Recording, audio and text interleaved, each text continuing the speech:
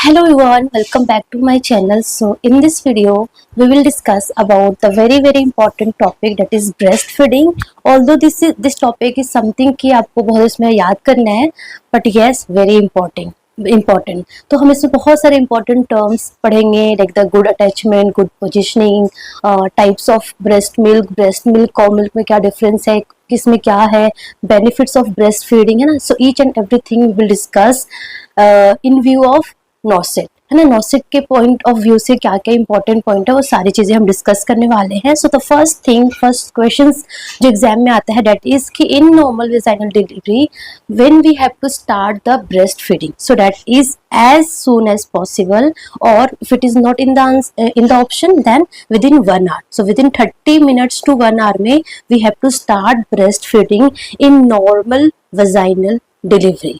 But if there is LSCS, so in LSCS we have to start breastfeeding within 4 hours. Okay, so these two important terms you have to know. And कब तक हमें continue रखना है, that is till 6 months. So till 6 months we have to give exclusive breastfeeding. It means nothing other than this breastfeeding, हमें कुछ और नहीं देना है, that is exclusive breastfeeding till 6 months. Then after 6 months we have to start the complementary feeding, जो हम क्या बोलते हैं, weaning करना स्टार्ट कर देते हैं ना, weaning करना स्टार्ट कर देते हैं, because after 6 months only breastfeeding baby के लिए sufficient नहीं है, so we have to give some complement feed also. So that is complementary feeding कब से start करना है, that is after 6 months. Okay, and this breastfeed कब तक हमें continue रखना है, till 2 years, और उसके beyond भी जा सकते हैं, but at least 2 years तक हमें breast feed बेबी को along with that complementary feeding हमें बेबी को देना है. So इसमें से बहुत सारे important questions बन सकते हैं that you have to know, right? Then the second question जो आता है हमारे, it can come in like GK point of view से भी important है, that is breast feeding day. So breast feeding day कब सेलिब्रेट करते हैं, that is the first week of August. And जब आप सितंबर में आप जब एग्जाम देने जाओगे of NORCET, you have to know the themes is also very important. So theme of breastfeeding day, है ना. So it is celebrated in first week of August. ठीक है. So हम ब्रेस्ट फीड के लिए जो फीड है उसके लिए क्या मतलब क्या रिफ्लेक्स है that helps in breast feeding. So reflex that help in breast feeding, so mother में कौन सा रिफ्लेक्स है एंड बेबी में कौन सा रिफ्लेक्स है. तो जैसे ही baby rooting and sucking reflex करता है, जैसे बेबी सक करता है, निपल्स को जैसे ही सक करता है तो सबसे पहले कौन सा रिलीज होता है, ऑक्सीटोसिन हार्मोन रिलीज होता है. एंड ये ऑक्सीटोसिन क्या करता है, ये ऊज करता है, O for oxytocin, O for oozing करता है, मतलब कि this is the milk ejection में हेल्प करता है. बट मिल्क का प्रोडक्शन कौन करता है, मिल्क का प्रोडक्शन करता है prolactin hormone. Very important. So oxytocin not produce milk, it help in ejection में ये हेल्प करता है, बट प्रोडक्शन ऑफ मिल्क में या सिक्रीशन ऑफ मिल्क में कौन हेल्प करता है, that is prolactin. So P for prolactin, P for product produce में हेल्प करता है. सो this is the hormone that help in milk secretion. So this all the important MCQ जो कि exam में आता है, ठीक है ना. एंड मोर मिल्क प्रोडक्शन और you can say maximum milk production occur at night, है ना. सो दैट्स वाई, क्योंकि प्रोलैक्टिन नाइट में रिलीज ज्यादा होता है, and that is something very important कि नाइट में भी मदर को हमें एजुकेट करना है कि you have to wake up during night period में, आपको 1-2 बार आपको उठकर आपको बेबी को फीड कराना है, ठीक है. That is very important. Coming to the sign of good attachment, again this is very important questions. So we have 4 sign of good attachment. So 4 आपको गुड पोजीशन याद करना है एंड 4 आपको गुड अटैचमेंट याद करना है. सो गुड अटैचमेंट में क्या है, सबसे पहले क्या है कि बेबी का जो माउथ है ना, just see this image, this is breast and this is baby's mouth. तो बेबी का जो माउथ है वो वाइड ओपन होना चाहिए. First sign, baby's mouth should be wide open. Second क्या है कि जो बेबी का जो लोअर लिप है ना वो आउटवर्ड्स होना चाहिए, lower lip turns outward. And third things क्या है कि बेबी का जो चिन है वो ब्रेस्ट को टच करना चाहिए. एंड फोर्थ साइन इज कि more areola is seen above than below, है ना. सो ऊपर का जो एरियोला है वो ज्यादा दिखना चाहिए, नीचे वाला कंप्लीटली बंद होना चाहिए, क्लोज होना चाहिए. So mouth should be open, lower lip turns outward, chin is touching the breast and more areola is seen above than below. So this is the 4 good attachment sign, very important, exam में आता है. ठीक है। Then coming to the sign of good position, so mother ना sitting position में, lateral position में भी, recline position में, सेमी रिक्लाइन पोजीशन में भी मदर बेबी को फीड करा सकती है। But what ever the position, whether it is recline, semi recline, sitting, mother should have focus on this good position. वो क्या क्या, that is the first body of the baby should be well supported. Very important कि baby का जो body है ना वो properly well supported होना चाहिए and baby should be turn towards the mother, है ना, मदर की तरफ टर्न होना चाहिए बेबी का बॉडी। एंड ऑक्सीपुट मतलब पूरा जो बॉडी है ना वो अलाइन होना चाहिए। So occiput, shoulder, buttock of baby in the straight position and abdomen of baby should touch mother's abdomen. So these are the 4 good position and these are the 4 good attachment sign. Very very important. ठीक है, मतलब each and every point of this slide is important, so you have to remember very hardly, right? Then the second thing is that आपको human milk, हाँ यहाँ से भी important questions आता है एंड यहाँ पे स्टूडेंट बहुत कंफ्यूज हो जाता है कि पता नहीं ह्यूमन मिल्क में कौन सा कंपोनेंट ज़्यादा होता है, काउज मिल्क में कौन सा कंपोनेंट ज़्यादा होता है। सो आपको अच्छे से याद करना है, ठीक है ना। सो हम इसमें कंपेयर कर रहे हैं human milk plus cow's milk में। सो प्रोटीन कहाँ ज़्यादा होता है, काउ मिल्क में। सो ह्यूमन मिल्क में प्रोटीन कम होता है, that is 1.1 gram, but in cow milk में ट्रिपल होता है, दैट इज 3.1 ग्राम, ठीक है। एंड जो प्रोटीन में बेसिकली वे प्रोटीन होता है। ब्रेस्ट मिल्क में कौन सा प्रोटीन होता है, वे प्रोटीन होता है। एंड काउ मिल्क में केजीन प्रोटीन होता है एंड वे प्रोटीन जो है वो इजिली डाइजेस्टेबल होता है ना, that's why human milk is best for the neonates. Plus calories की बात करें तो ह्यूमन मिल्क में कैलोरीज भी काउ मिल्क के कंपैरिजन थोड़ा कम होता है, that is 65 kilo calorie and यहाँ पे 67 किलो कैलोरी है। The very very important, this is very important line, I can mark this with red line, carbohydrate, है ना। So carbohydrate contain basically lactulose, है ना, लैक्टोज। बेबी जो human की जो मिल्क है, जो मदर्स का जो मिल्क है उसमें क्या होता है, बेसिकली लैक्टोज होता है, that is 7.4 gram and cow के मिल्क में 4.5 ग्राम कार्बोहाइड्रेट होता है। सो कार्बोहाइड्रेट ज्यादा होता है, that is very very important.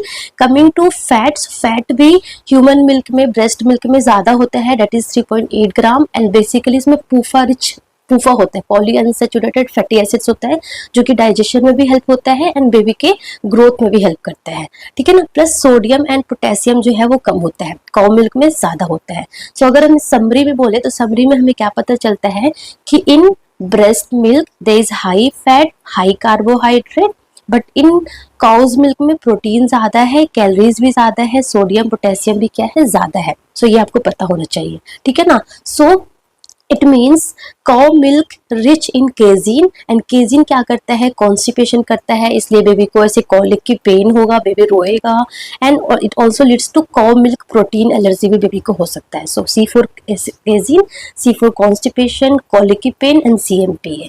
सो ये आपको पता होना चाहिए। एंड जो मैक्सिमम जो ब्रेस्ट मिल्क कब प्रोड्यूस होता है, अराउंड 5 to 6 मंथ में, मतलब 1 डे में 730 ml पर डे होता है। सो लाइक ये 1 लाइनर MCQ अगर पूछा तो ये आपको पता होना चाहिए, ठीक है, ओके।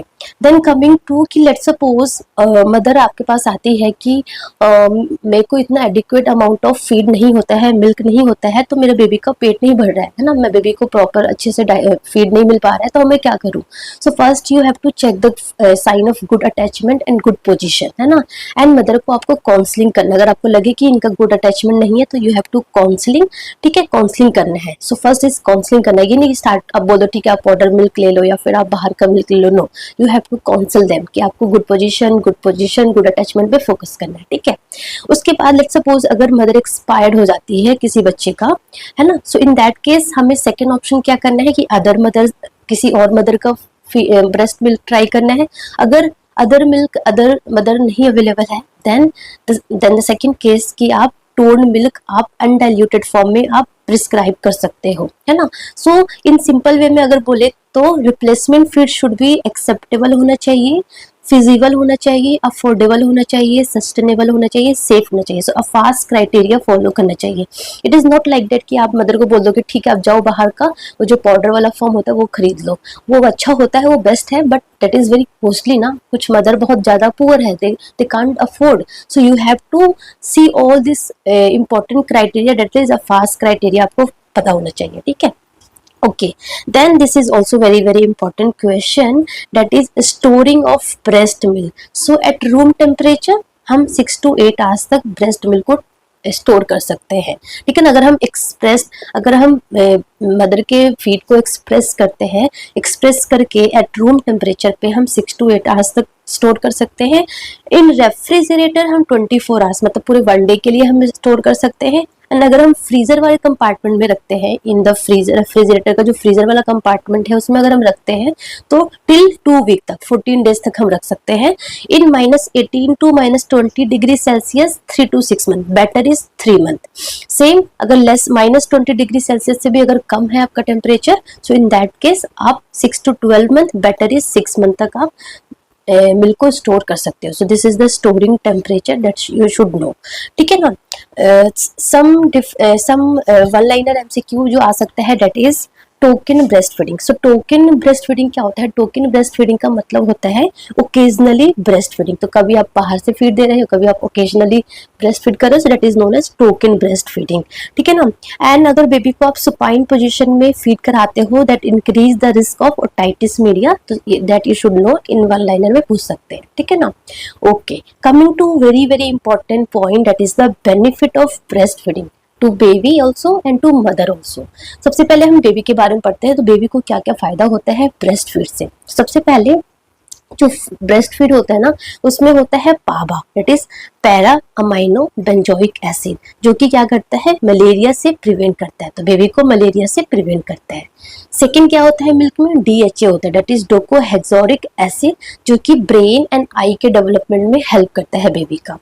प्लस हमने अभी पढ़ा कि बेबी का जो मदर का जो मिल्क है, जो ब्रेस्ट मिल्क है, that is low in calorie, low in protein, low in sodium potassium, so osmolarity भी कम है comparison to low milk, and because of that it is easily digestible, rather than comparison to cow milk it is easily digestible, है ना। तो baby को digest easily हो जाता है, ठीक है। उसके बाद वन वेरी इंपॉर्टेंट, मतलब God has created in like very beautiful way. देखो, अगर बेबी अगर प्रीटर्म है ना, तो प्रीटर्म वाला जो मिल्क होगा ना, दैट इज वेरी इंपॉर्टेंट, जो कि आपको पता होना चाहिए। Preterm milk is more in protein, protein उसमें ज्यादा होता है, and low in lactose, lactose कम होता है, वेरी इंपॉर्टेंट है सब। प्रोटीन ज्यादा होता है एंड लैक्टोज कम होता है। अभी हमने पढ़ा ना, नॉर्मल ब्रेस्ट मिल्क में लैक्टोज ज्यादा होता है ना, अभी आपने देखा लैक्टोज ज्यादा होता है, दैट इज 7.4 ग्राम, बट अगर प्रीटर्म मिल्क होगा तो लैक्टोज कम होगा एंड प्रोटीन क्या होगा? ज्यादा होगा। सो देखो कितना अच्छा नेचर है ना, सो दैट बेबी को प्रोटीन मिले, बेबी का डेवलपमेंट अच्छे से हो जाए, है ना।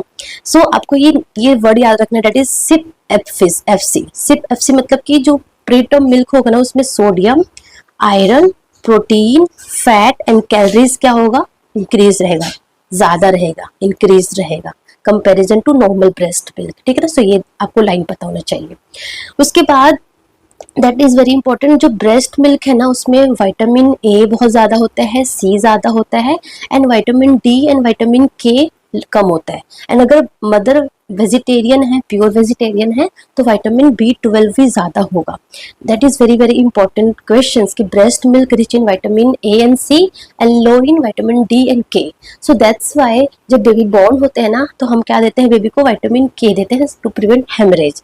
सो हम टर्म में कितना देते हैं? That is again the question, 1 mg IM देते हैं, एंड अगर बेबी प्री टर्म होता है तो हम 0.5 mg IM विटामिन के देते हैं, एंड बेबी को हम विटामिन डी का सिरप भी स्टार्ट करते हैं, that is 400 international unit per day term के लिए, एंड अगर प्री टर्म होगा तो 800 इंटरनेशनल यूनिट, क्योंकि मदर की जो मिल्क है उसमें 12 to 60 international unit vitamin D होता है, जो कि इनसफिशियंट है, इसलिए हम बाहर से विटामिन डी देते हैं।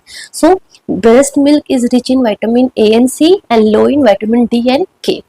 प्लस विटामिन B12 जो है वो ऑप्शनल है, अगर मदर वेजिटेरियन है तो विटामिन B12 नहीं हो, कम होगा, एंड अगर वेजिटेरियन नॉनवेज है तो विटामिन B12 होगा।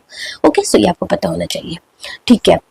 उसके बाद जो ब्रेस्ट मिल्क है ना, breast milk also have some anti infective factors. So उसमें हमारा TGF बीटा होता है, that is transforming growth factor होता है, जो कि बायो एक्टिव फैक्टर है, ठीक है। प्लस बाइफीडस फैक्टर होता है, लैक्टोफेरिन होता है, जो कि क्या करता है? शिगेला, साल्मोनेला, इकोलाई, लैम्ब्लिया, ये सारे गंदे माइक्रो ऑर्गेनिज्म से बेबी को प्रिवेंट करता है, ठीक है ना। Plus mother's milk contain epidermal factor, so epidermal factor क्या करता है, बेबी के इंटेस्टाइन को रिपेयर करने में भी हेल्प करता है ना।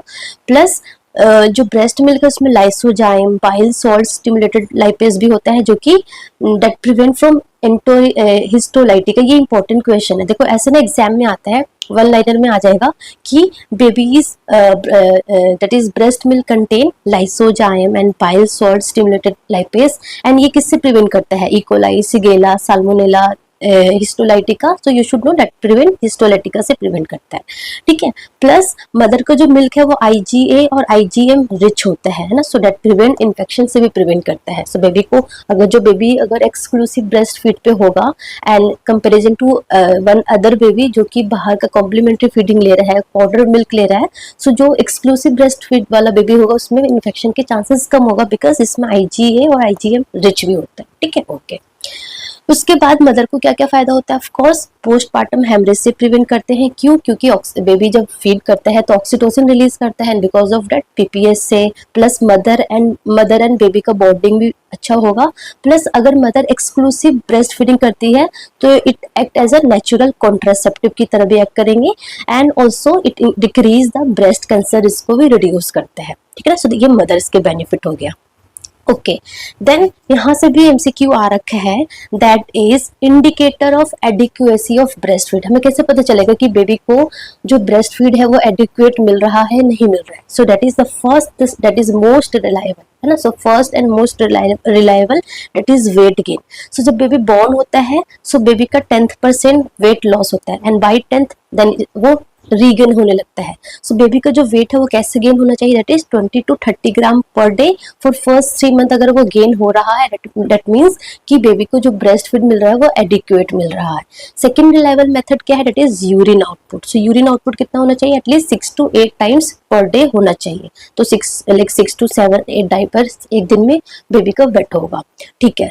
थर्ड हमारा है स्टूल। सो स्टूल कैसा होना चाहिए, 3 to 8 yellow soft stool per day up to 6 month तक, एंड देन जैसे जैसे बेबी का जेस्टेशन इंक्रीज होगा स्टूल की जो फ्रीक्वेंसी है वो डिक्रीज होने लग जाएगी, ठीक है। सो ये हमारा कुछ रिलायबल इंडिकेटर है। उसके अलावा feeding behaviour, of course baby को अगर आप 8 to 12 times per day feed करवा रहे हैं, लाइक पूरे होल डे में इन 24 आवर्स में बेबी 8 to 12 टाइम्स फीड कर रहा है, प्लस बेबी बहुत अच्छा सा स्लीप लेता है, baby sleep well, baby appears satisfied and releases breast spontaneously after feeding.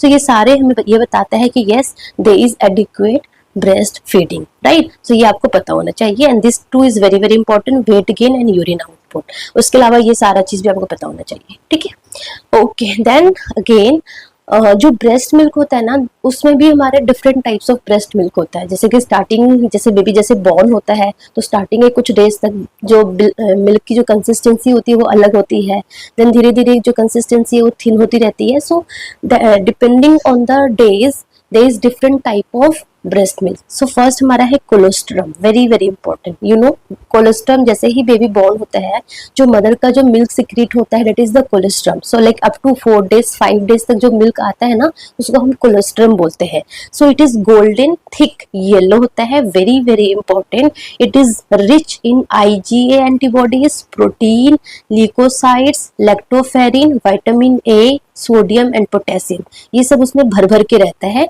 In the colostrum. So because of presence of this IgA antibodies हम इसको फर्स्ट इम्यूनाइजेशन ऑफ बेबी भी बोला जाता है। So colostrum is also known as first immunization and और first meal, है ना। This is very very important questions, and it is like हमारा बिगिनिंग से लेके up to 4 days up to 3 days तक जो मिल्क आता है दैट इज कोलोस्ट्रम होता है। तो हमें बिल्कुल भी डिस्कार्ड नहीं करना चाहिए। जो स्टार्टिंग का जो थिक येलोइश मिल्क होता है ना, तो बहुत सारे ऐसे गाँव में क्या लोग क्या करते हैं in the village areas, they discard that, उनको लगता है कुछ गंदा सा चीज है। No, it is very very useful for the baby, very important, है ना। And also colostrum also act as a natural laxatives, जिससे क्या होता है बेबी को मेकोनियम पास करने में भी ईजी होता है। So very important. उसके बाद colostrum up to 3 days up to 4 days तक कोलेस्ट्रम सिक्रीट होता रहता है। उसके बाद क्या होता है, that is the transitional milk, है ना। सेकेंड जो होता है after 4 days till 14 days। So after colostrum के बाद टिल 14 days तक कौन सा मिल्क होता है, ट्रांजिशनल मिल्क होता है, एंड जिसका जो कॉम्पोजिशन है ना in between the colostrum and mature milk, क्योंकि ट्रांजिशनल मिल्क के बाद क्या आएगा, मेच्योर मिल्क आएगा। सो इसका जो कंपोजिशन होगा ना दैट इज इन बिटवीन होगा, कोलेस्ट्रम और मेच्योर के बीच में होगा, लाइक थोड़ा इतना ज्यादा थिक भी नहीं होगा, इतना ज्यादा थिन भी नहीं होगा, ठीक है ना। सो that is very milky colour होगा, क्रीमी कलर होगा, एंड ज्यादा थिन भी नहीं होगा, ज्यादा थिक भी नहीं होगा। एंड वेरी वेरी इंपॉर्टेंट कि जो कोलेस्ट्रम है ना, कोलेस्ट्रम में फैट, लैक्टोज, कैलोरीज कम होता है, बट इन ट्रांजिशनल मिल्क में जो फैट है, लैक्टोज है, कैलोरीज है, वो धीरे धीरे क्या होने लग जाता है, इंक्रीज हो जाता है। So that is the important thing you have to remember, fat, lactose, calories increasing in transitional milk में। थर्ड हमारा है मेच्योर मिल्क, जो कि आफ्टर ट्रांजिशनल मिल्क कौन सा होगा, मैच्योर मिल्क होगा, मतलब कि आफ्टर 14 डेज के बाद जो मिल्क होगा that is mature milk, and ये बहुत थिन होगा। So thin, water and contain less protein and more fat, तो इसमें फैट ज्यादा होगा, क्योंकि हमने देखा था ना जो इसमें मतलब बेसिकली जो हमने नॉर्मल ब्रेस्ट मिल्क पढ़ा ना, जो हमने नॉर्मल ब्रेस्ट मिल्क का जो कंटेंट पढ़ा that is similar to that, मतलब कि इसमें प्रोटीन 1.1 ग्राम होगा, ठीक है ना, कार्बोहाइड्रेट 7.4 ग्राम हो जाएगा, ये सारा कंपोजिशन सेम हो जाएगा, है ना। सो ये बेसिकली हमारा मैच्योर मिल्क का कंपोजिशन है। सो इस तरीके का कंपोजिशन हो जाएगा, ठीक है। उसके बाद हमारा होता है जो हमारा मैच्योर मिल्क भी है ना, जो जैसे बेबी ने फीड करना स्टार्ट किया, तो स्टार्टिंग का जो फीड होगा ना उसको हम बोलते हैं फोर मिल्क। ये लाइन बहुत इंपॉर्टेंट है, यहाँ पे आपको क्या समझना है, ये समझना है कि जैसे ही मदर बेबी को फीड कराना स्टार्ट करती है, सो स्टार्टिंग का जो मिल्क होता है ना that is a beginning feed जो होता है उसको हम फोर मिल्क बोलते हैं, एंड बहुत थिन होता है एंड वाटरी होता है। And because of thin and watery it is very very important, ये क्या करता है, ये बेबीज का थर्स्ट को क्वेंच करता है, थर्स्ट को, बेबी के थर्स्ट को डिक्रीज करता है। बेबी का जो भूख है ना वो खत्म नहीं हुआ है, बेबी का जस्ट थर्स्ट खत्म हुआ है, प्यास जो थी ना वो खत्म हुई है, क्योंकि it is thin in watery, it is rich in protein, vitamin, water, mineral and lactose, very very important. उसके बाद जो मिल्क होता है, फोर मिल्क के बाद जो बेबी का, मदर का जो मिल्क है that is hind milk, that is the end part of feed, है ना। तो इसलिए एक प्रॉपर अमाउंट तक हमें बेबी को फीड कराना बहुत जरूरी है। It is not like that कि आपने 2 मिनट करवाया, 5 मिनट करवाया, क्योंकि अगर आपने 5 मिनट कराया तो स्टार्टिंग का जो फीड है वो क्या है, that is the four milk, उसमें तो पानी ही पानी है जो बेबी का जस्ट थर्स्ट को कम करेगा। बट जो लास्ट का मिल्क है that is hind milk, that is the end part of feed, जो कि थिक एंड क्रीमी होता है, that is rich in fat and calories, and जो बेसिकली क्या करेगा, बेबी के सटाइटी को इंप्रूव करेगा, एंड धीरे धीरे वेट क्या होगा, इंक्रीज होगा। So that's why that is very very very important, you have to educate the mother, that is breast milk should for 30 minutes, very important, 15 minutes for each breast. It is not like that कि आपने 5 minute करवाया breast feed and छोड़ दिया, 5 minutes करवाया that is your four milk. इसमें क्या होगा, baby का जस्ट थर्स्ट खत्म हुआ है तो बेबी ऐसे आधे घंटे तक शांत रहेगा, फिर रोने लग जाएगा, क्योंकि बेबी का जो भूख है वो तो मिटा ही नहीं है। So you have to do for 30 minutes तक आपको ब्रेस्ट फीड करवाना है, 15 minute for each breast and total 30 minutes, very important, ठीक है। उसके बाद आता है, this is again the very very important thing, that is the contraindication, contraindication of breast feeding. तो आप कहीं भी पढ़ोगे तो आपको ऐसा लगेगा कि HIV में ब्रेस्ट फीड करवाना कॉन्ट्रा इंडिकेटेड है ना। सो ये क्वेश्चंस बहुत इंपॉर्टेंट है। So only two condition there is absolute contraindication of breastfeed, and other than that there is no any absolute contraindication for breast milk. Very very important. First, if mother is taking chemo or radiotherapy, then breastfeed is absolute contraindicated. Second, अगर baby को galactosemia है या फिर lactose intolerance है, then breast feed is absolute contraindicated. Then the second question आता है कि क्या अगर मदर HIV पॉजिटिव है तो वो अपने बेबी को ब्रेस्ट फीड करा सकती है? Answer is yes, but only exclusive breastfeed. Very very important, this line you should know कि in HIV में आपको ओनली एक्सक्लूसिव ब्रेस्ट फीड कराओगे तब ये अलाउ है, एक्सक्लूसिव ब्रेस्ट फीडिंग अलाउ। अगर आप सोच रहे हो कि कभी मैं एक ब्रेस्ट मिल्क दे देती हूँ, कभी मैं बाहर का कुछ कॉम्प्लीमेंट्री फीडिंग दे देती हूँ, so it is not allowed in HIV positive mother. अगर आप HIV पॉजिटिव हो so exclusive breast feeding is allowed, because the risk is only 2%, 2% risk होता है ट्रांसफर होने का, है ना। एंड अगर ब्रेस्ट फीड नहीं करवाया तो 1% रिस्क है। So risk is very very minimal ना, क्योंकि अगर if mother is taking ART, yes, अगर मदर HIV पॉजिटिव है, if she is taking ART, anti retroviral therapy, then she can do exclusive breast feeding because risk is only 2% risk होता है, that's why. ठीक है, सो ये आपको पता होना चाहिए। ठीक है, बट अगर ऑल्सो अगर मदर को TB है, एक्टिव TB है मदर को, है ना, and she started on treatment, तो फर्स्ट 2 मंथ के लिए वो ब्रेस्ट फीड दे सकती है, बट डायरेक्टली बेबी को टच करके नहीं दे सकती है, वो एक्सप्रेस ब्रेस्ट मिल्क दे सकती है ना। सो मिल्क को एक्सप्रेस करके दे सकती है, एंड बेबी को डायरेक्ट कॉन्टेक्ट नहीं करना है टिल 2 मंथ तक, बिकॉज उस टाइम जो इन्फेक्शन है वो बहुत एक्टिव होता है। सो ये सब कुछ आपको पता होना चाहिए। And only 2 absolute contraindication, that is this 2 line आपको पता होना चाहिए। ठीक है, देन 1 वर्ड आपको पता होना चाहिए, दैट इज निप्पल कंफ्यूजन। का मतलब क्या होता है? निप्पल कंफ्यूजन का मतलब होता है कि baby feed with bottle, finding difficult and confusion to suckle at the breast. तो बेबी फीड ले रहा था बॉटल से, तो उसको क्या बोलते हैं, निप्पल से सक करने में डिफिकल्टी होगा, कंफ्यूजन होगा, तो उसको हम बोलते हैं निप्पल कंफ्यूजन। ठीक है, एंड एक्सप्रेस्ड ब्रेस्ट मिल्क जो है, दैट इज कब कितनी बार करना चाहिए in a day, that is 8 to 10 times per day to maintain the adequate lactation, है ना। एडिक्वेट लैक्टेशन भी और बेबी को फीड भी प्रॉपर मिले, so 8 to 10 times in a day करना चाहिए। Okay, then some like GK point of question है, जैसे कि first breast milk bank in India, that is in Mumbai में फर्स्ट टाइम सिचुएटेड हुआ था। And the second thing is breast feeding hospital initiative, है ना। So breast feeding hospital initiative जो कि WHO एंड यूनिसेफ दोनों ने मिलके इन 1991 में ये प्रोग्राम लॉन्च किया था, एंड इंडिया ने इसको 1992 में अडॉप्ट किया था। एंड इस प्रोग्राम का बेसिकली एम क्या था, that is implement practices that protect, promote and support the breast feeding. Very very important. तो आपको ईयर ऑफ लॉन्च पता होना चाहिए, किनने किया था, WHO एंड यूनिसेफ ने मिलके किया था। एंड इसका जो बेसिकली एम क्या है, implement practices that protect, promote and support the breast feeding. So ये आपको कुछ इंपॉर्टेंट पॉइंट्स आपको पता होना चाहिए। ठीक है, सो ये हमारा था ब्रेस्ट मिल्क के बारे में बहुत ज़्यादा important point that you should no. Okay, so that's all about today. Thank you so much, all the best.